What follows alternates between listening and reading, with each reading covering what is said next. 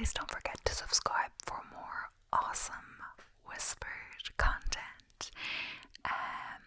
And as well, if you're looking to support the channel in a different way, you can press the join button beside the subscribe button, and there you can get access to exclusive videos per month, exclusive badges depending on how long you've been a member, exclusive emojis, as well as a shout out at the end of every single video that I post, and that's a lot of videos.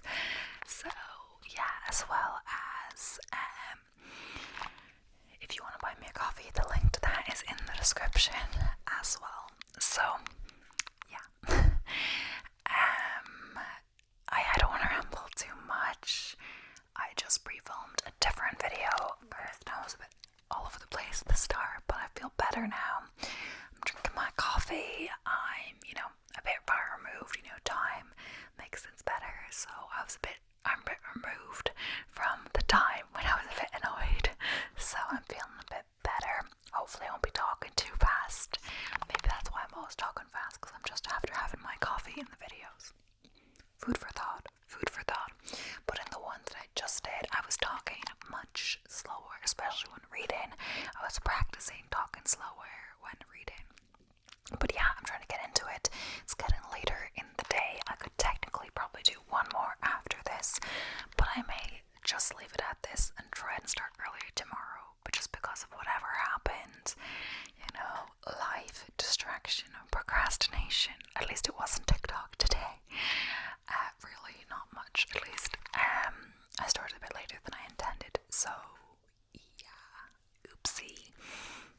My coffee, if you're wondering if I take it up at any point in the video, it's out of a beer glass, but it's just iced coffee. So it's because the other one I used to have, well, it's still technically in the house, but my mom said it's not safe to use anymore. It came out of the dishwasher cracked. So let's get into the video. Today's video is true crime again, I guess. I haven't done like a full true crime case one in a while. I am preparing one because of everything. It's taken forever. So that's why I've kind of included more like not smaller, but like more little true crime ones that I'm just getting all the evidence from a list, or all the events from a list. Not like specific person and cases, so I've done a few like ones like that some have done quite well. I wish there was a way to know what video is gonna do well. I did more of them, but there's no way to know. I want to get to that 1,000 mark, but it's a slow battle. So if you haven't subscribed, please make sure to do so, as I just said before. But yeah, I really haven't gained many subscribers this month. It is like that month I took a week off, so, and especially since I'm gonna be gone for more than a week next month, especially with travel days in the middle, because there's gonna be like holidays of travel as well. Well, yeah, but I'm just saying that when I do my next trip for the marathon, I'm gonna try and pre-film and not have to edit when I'm there, because who wants to edit when you're away, especially in especially in a different country, So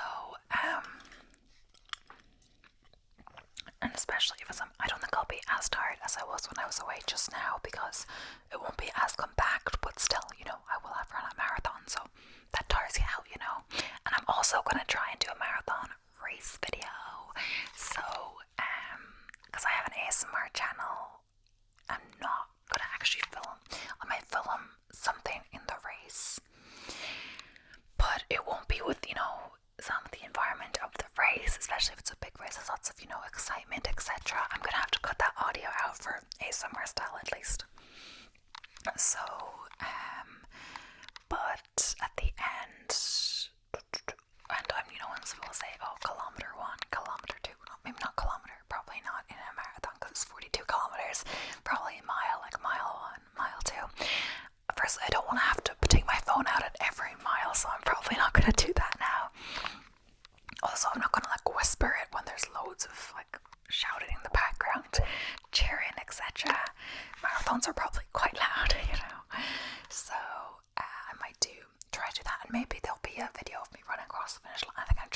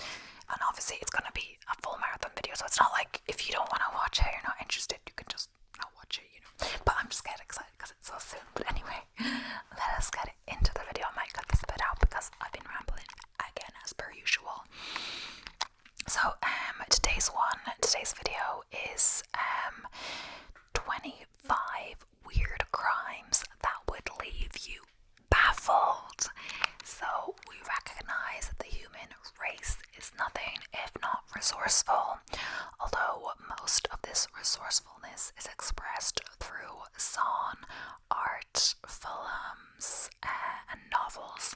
Crime also acquires its fair share of artistic creativity, and I've never thought of crime like that, but yeah. But getting away with crime, creative or not, is no small feat. People have been apprehended and put on trial for a wide range of crimes throughout history. However, some prefer to stand out from the crowd. List 25 is prepared to recount some of history's most perverted, depressing, and weird crimes that will leave you baffled. So, honestly, I haven't read this list first, but if it's anything too bad, I won't be reading that, you know.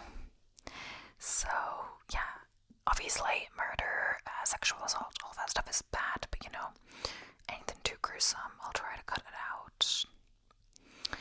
Okay, so the Bejeweled Cheese Slicer.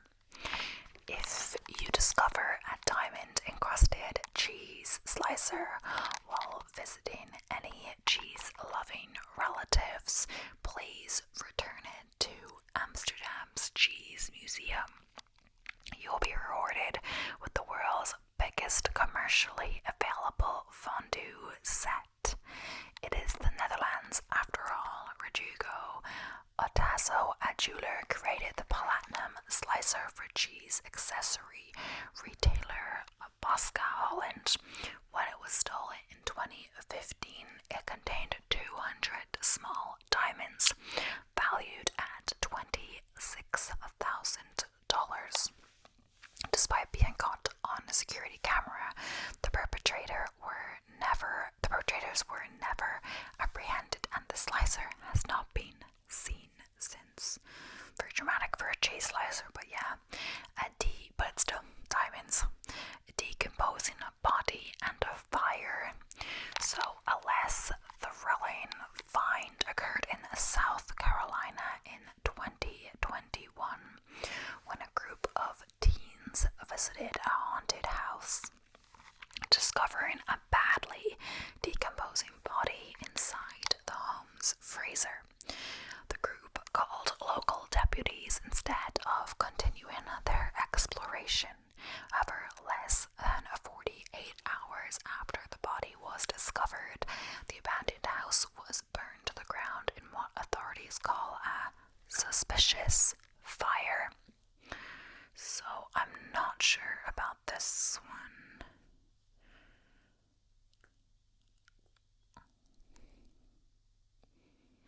I think I'm gonna skip this one because it's quite gruesome, you know, no one needs to hear about this. Let's just skip it. So this one, a man kills a friend over Bigfoot fears. So while a good fishing partner can be helpful, one who understands your fears is priceless. So Larry Saunders, 53, reportedly told investigators that he killed his fishing buddy Jimmy Knighton after Knighton threatened to call Bigfoot to come and kill him. The two fishing buddies had gotten into a physical argument while fishing in the South Canadian River. So I guess the guy who was murdered, was making fun of the guy who murdered him, and didn't think it would go so far. Obviously not blaming him, it's not necessarily nice as a friend. There's a certain, balance as someone's friend on what you should tease them about, because what are friends if not to tease you? But you have to realize when something's a real fear for someone, you could help them overcome it, or you can, you don't just mock them, but still, the other person does not kill someone who's mocking a fear. Mocking versus killing, different thing. So, man steals wheelchair a day after Thanksgiving. So, Austin Sherbut, dressed to the nines in festive reindeer slippers, was caught on video attempting to steal a wheelchair from an elderly woman on a commuter train the day after Thanksgiving in 2019.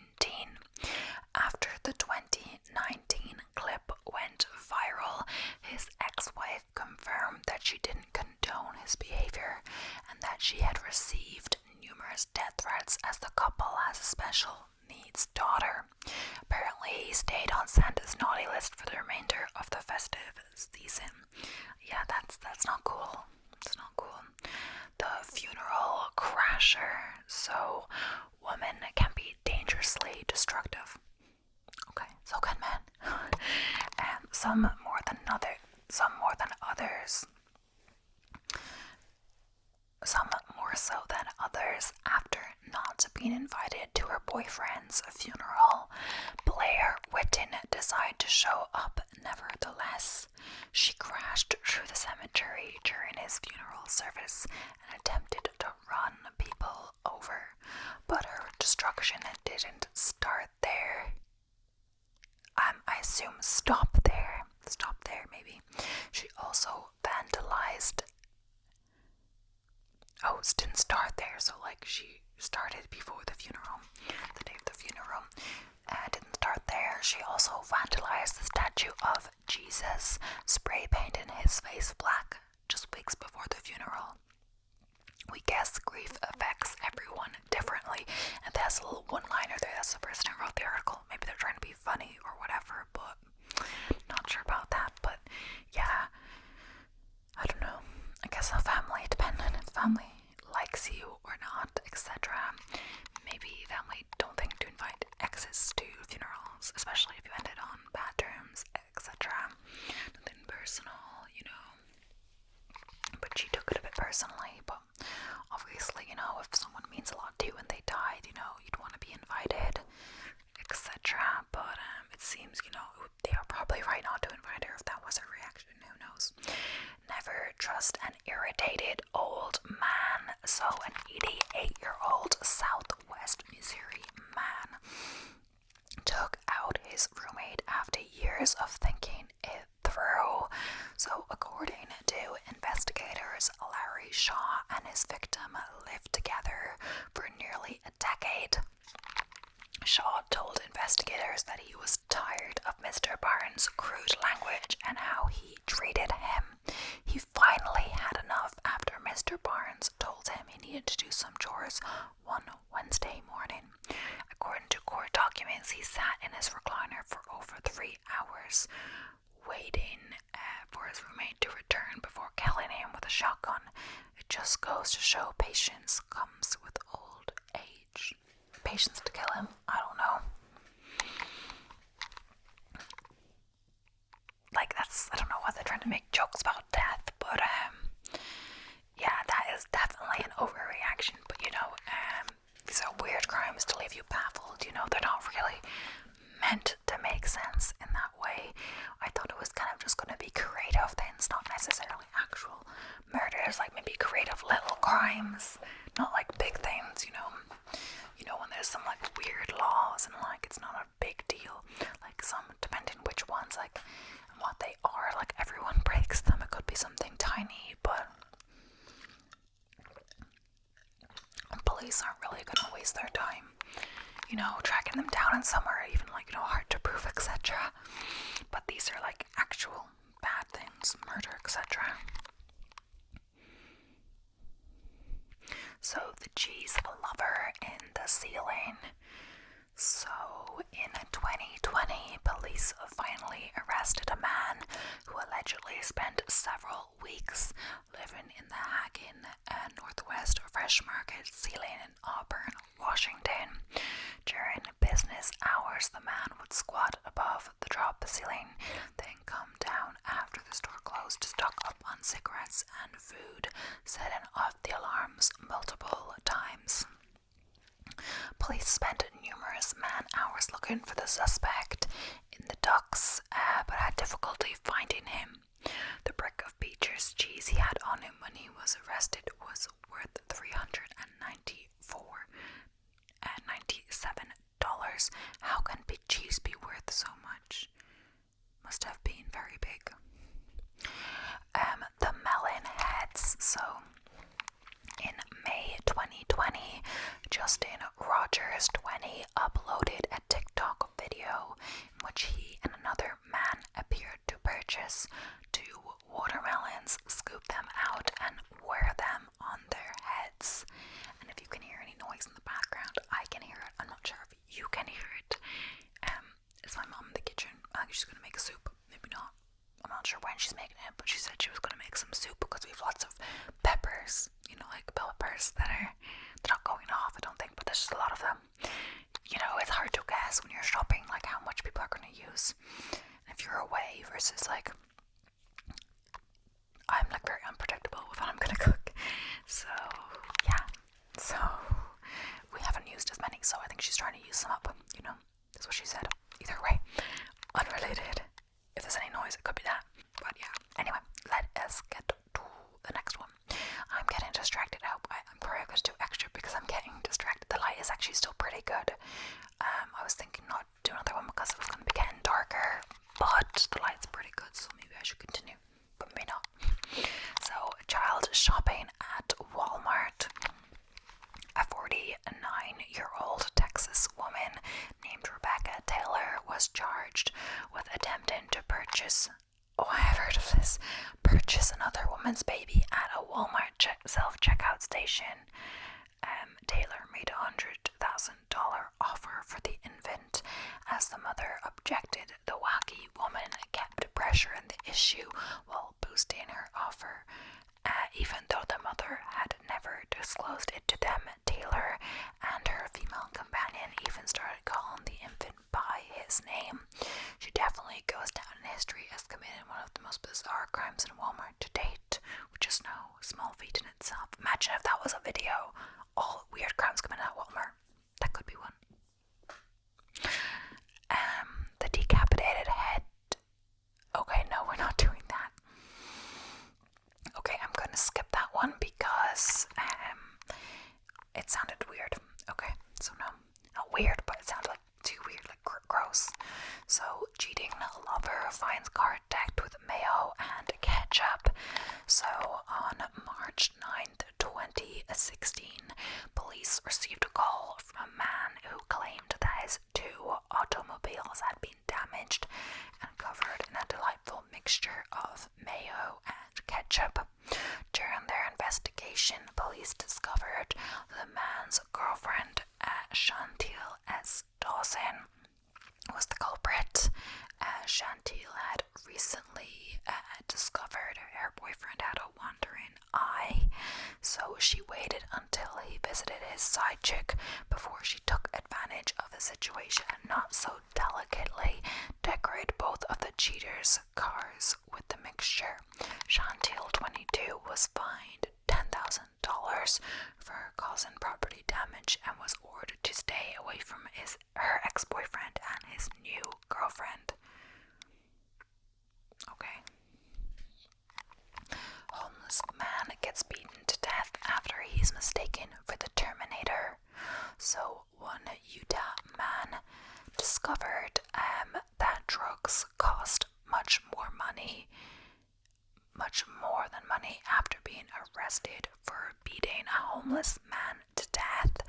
William Bradley was on a methamphetamine binge when he believed he killed the Terminator, a poor transient stranger who was brutally beating a body was later found in a Salt Lake City apartment. So Bradley was initially taken to LDS Hospital to be treated for minor injuries, where he continued to assault an emergency room doctor, 2 security guards, and a police officer. Okay, I'm gonna skip this one as well because we don't need these things to hear about these things, some of these, you know. So, booty call ends in fire. So, a woman in New Jersey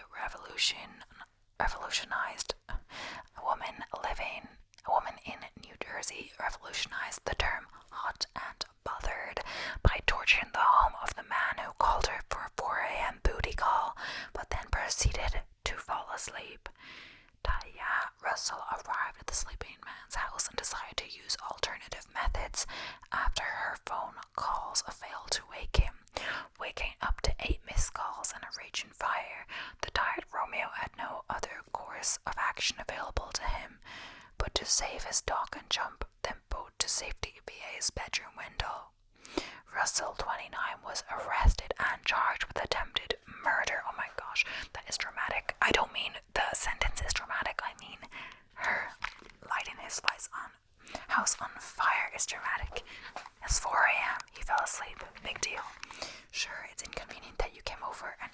sleep.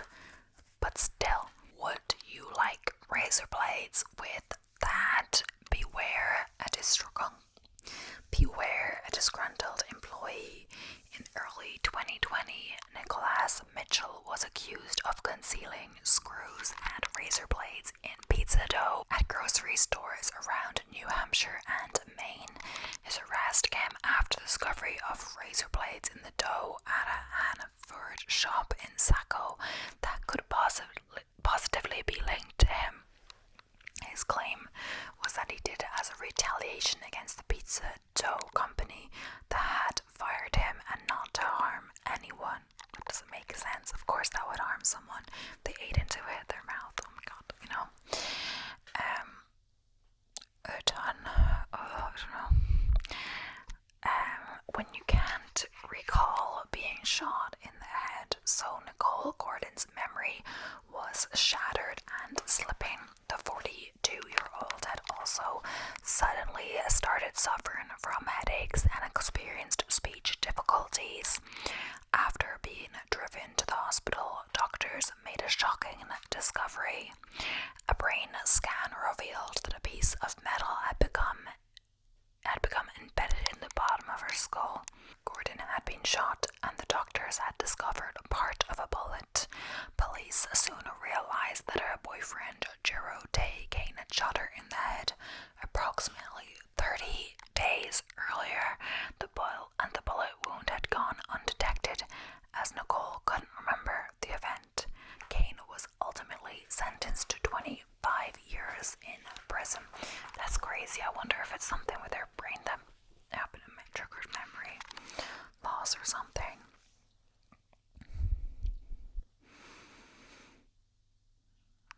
Yeah, must be. Because she was suffering some side effects. Yeah, that's why she went to the hospital. So, man's remains left in freezer for over a decade. So, when police were called to check on an elderly woman that hadn't been seen in a while, they discovered two bodies, one relatively fresh, the other frozen stiff. As Utah officers checked on Jean Saron Mather's welfare, they found her dead in her apartment and her husband's body in a freezer. Our authorities believe the man's body could have been frozen for up to 11 years. Besides the apparent foul odor, police confirmed that they suspected foul play. So I wonder if that was her or that was someone else. Or her husband's body in the freezer. That's crazy though, like they checked on her because she hadn't been seen in a while, but what about him? No one checked on him? I don't know.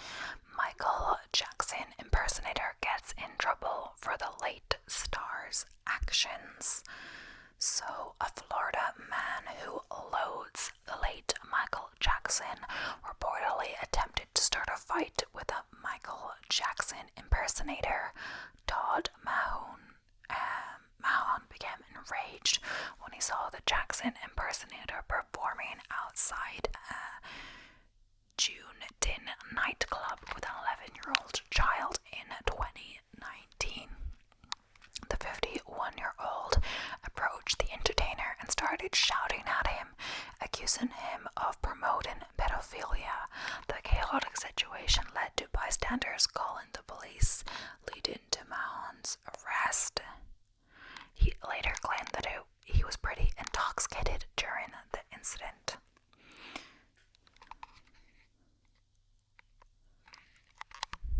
So, the boy in the walls. So, in 1986, two teenage sisters fled their home in Townsend, Massachusetts, convinced that their late mother was haunting them after a seance allegedly went wrong. To prove that their house wasn't haunted, their father entered their room and discovered a young man dressed in his wife's clothes, wearing a wig and makeup, holding an axe. What?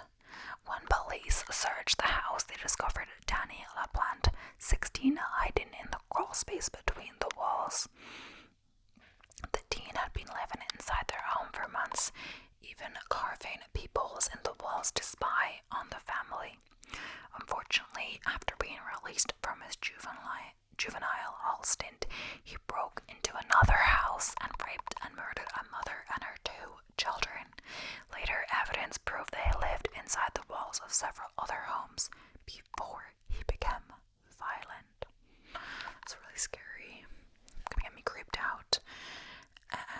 says never leave your credit card with your angry girlfriend. So instead of the standard 15% tip to express gratitude, one New York woman allegedly left a $5,000 gratuity tip to retaliate against her lover. Serena Wolf used her boyfriend's credit card to pay the $55.37 breakfast bill, the Clear Sky Cafe in Clearwater Beach. Wolf, 24, asked her boyfriend Michael Crane to buy her a plane ticket back to New York. Unfortunately for Crane, they got into an argument after he refused, resulting in $10,000% tip on her total bill at the restaurant. We don't know if the couple ever reconciled. I think not, but okay, so the end of the article are a bit, I'm not gonna say them, so I'm gonna try and move on to a different article that's more PG, not PG, but not, I don't know, they're just too graphic, I just wanted more calm ones, so I've already done enough of those. Feel free to look up the list if you want. It's on List 25 website, 25 weird crimes or whatever. You can find it if you want it, but I'm not going to read that. So there's going to be a few I think those one we already did.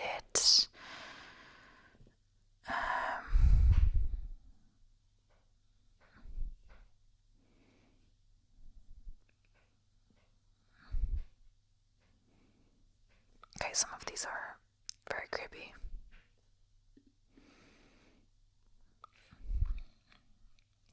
Okay, let's do this. This article seems okay. So, Fergus John Glenn, he didn't say the magic words. While it's always nice to be appreciated, not getting a thank you is rarely a reason to kill. For 36-year-old New Zealand man Fergus John Glenn, it was. On March 7th, 2003, Fergus struck his sleeping 33-year-old brother Greg with a wood-splitting axe 8 times across the neck and face. After the murder, Fergus met his mother as he returned the axe to the basement and calmly confessed he had killed his brother. His mother had woken up by the axe blows that sounded like someone was chopping wood. Greg had 3 children and was staying with Fergus and his mother after recently separating from his wife. Fergus's reason for murder: he was annoyed Greg did not thank him for cooking dinner that evening. Court documents quote Fergus as saying, "He just annoyed me and I did it. I'm not proud, but I did it." The documents also indicate the dinner incident was the last straw of a long-time feud the brothers had, including a fistfight they had 4 months earlier. Fergus was also drunk. So despite pleading guilty, Fergus received a life sentence for the murder with a minimum non-parole period of 10 years. In a hearing on May 16, 2019, the courts granted Fergus parole to begin in October 2019, with a progress hearing by February 2020. The decision came based on evidence Fergus had completed his rehabilitation, had accommodations, and was supported in the community by his mother. He was already working outside the prison and living in self-care with no incident. Imagine, that's crazy, but honestly, this list seems a bit familiar. I'm hoping I didn't do it before. See, I'm not sure. I'm looking at my history, but I think after a while the history deletes itself, so I could have done it a few months ago, but I'm not sure. But I'll just do a few more, and that's gonna be it.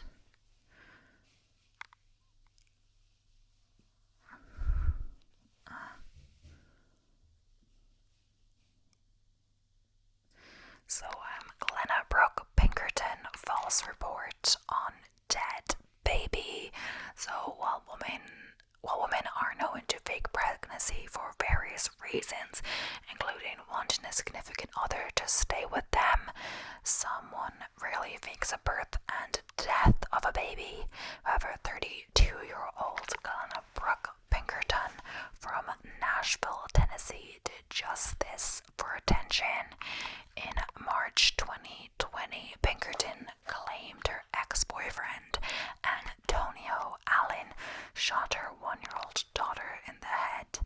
Pinkerton told authorities she buried her daughter in March 2018 at Two Rivers Park. She led forensic investigators and cadaver dogs on a wild goose chase as they searched the area for the body with no success. The problem is, she never gave birth to a child. Her brother also confirmed he was unaware his sister was ever pregnant. Pinkerton later admitted she created the story when authorities asked her why. She said, "Attention, I guess." Police arrested and charged Pinkerton for filing a false report. So, Kevin Watkin killed over Wi-Fi password. So, while not having a strong Wi-Fi connection to play video games can be frustrating, it's usually not something to kill over. For Georgia teen Kevin Lamar Watkins, it was. In February 2018, 16-year-old Watkins killed his 20-year-old sister Alexis Brianna Watkin in a deadly chokehold. Kevin and his mother were arguing because he changed the home Wi-Fi password to play video games without interruptions. As the argument escalated, Alexis stepped in to protect her mother. Kevin and Alexis wrestled onto the floor, and he placed his sister in a chokehold. His mother called 911. By the time police showed up, at least 10 minutes later, Kevin still had hold of his sister. Deputies tried to save her with CPR, but she was pronounced dead later that night at a local hospital. Watkins was charged with felony murder and aggravated assault by strangulation. In February 2018, Watkins received a life sentence for the murder.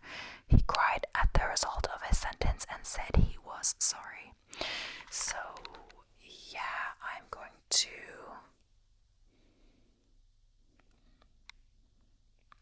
This is the end of the video, I think. Some of them we have to cut out a few minutes because some wasn't so great. It is getting